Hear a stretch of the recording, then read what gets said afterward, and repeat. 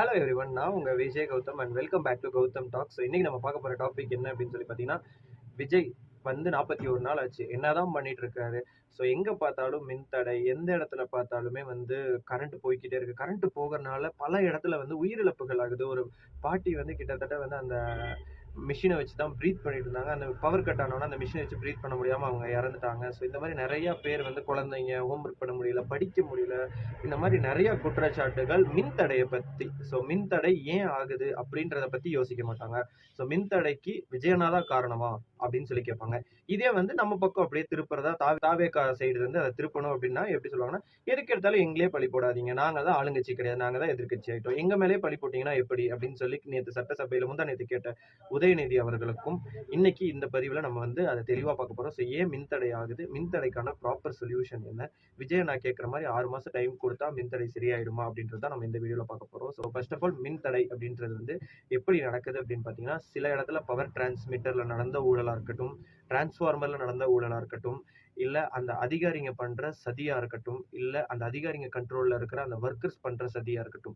So இந்த ஒரு 4 பேசிக்கை வச்சு தான் இந்த பவர் கட் ஆனது இப்ப தமிழ்நாட்டில் இந்த கண்டிஷன்ல தான் நடந்துட்டு இருக்கு அப்படின்னு ரிப்போர்ட்ஸ் நிறைய இடத்துல சொல்றாங்க. ஸோ இதை வந்து தடுக்கிறத தாண்டி இதை வந்து யார் கண்ட்ரோல் பண்றா அப்படின்னு சொல்லி பார்த்தீங்கன்னா, இந்த ஃபர்ஸ்ட் நான் சொன்ன டிரான்ஸ்ஃபார்மரும் பவர் டிரான்ஸ்மிஷனும் தான் எல்லா இடத்துலையுமே போகுது. ஸோ எங்க வீட்டு லைன்ல இப்போ நான் இருக்கிற பிளேஸ்ல எல்லாம் போகும்போது நான் ஃபோன் பண்ணி கேட்டப்போ அந்த ஆஃபீஸர் கால் பண்ணி கேட்டப்போ அவங்க என்ன சொல்றாங்கன்னா, பவர் டிரான்ஸ்மிஷன் வீக்கா இருந்துச்சு, 2 இடத்துல பஸ்ட் ஆயிருச்சு, அதனால அதை சேஞ்ச் பண்ணிட்டா உங்களுக்கு கரண்ட் வந்துடும் அப்படின்னு சொன்னாங்க. அப்ப நான் கேட்டேன், இத்தனை வருஷமாவும் நாங்க இங்கே தான் இருக்கோம், இத்தனை வருஷமாவும் தான் மழை பெஞ்சிட்டு இருக்கு, ஆனா இந்த மாதிரி பவர் டிரான்ஸ்மிஷன்லாம் போனது இல்லையே அப்படின்னு கேட்டப்ப தான் அவர் சொன்னாரு, போன இடத்து லாஸ்ட் டைம் இருந்த பவர் டிரான்ஸ்மிஷன் வேற, அதுக்கப்புறம் சேஞ்ச் பண்ண பவர் டிரான்ஸ்மிஷன் வந்து ரொம்ப மலிவான விலையில வாங்கி போட்டிருக்காங்க.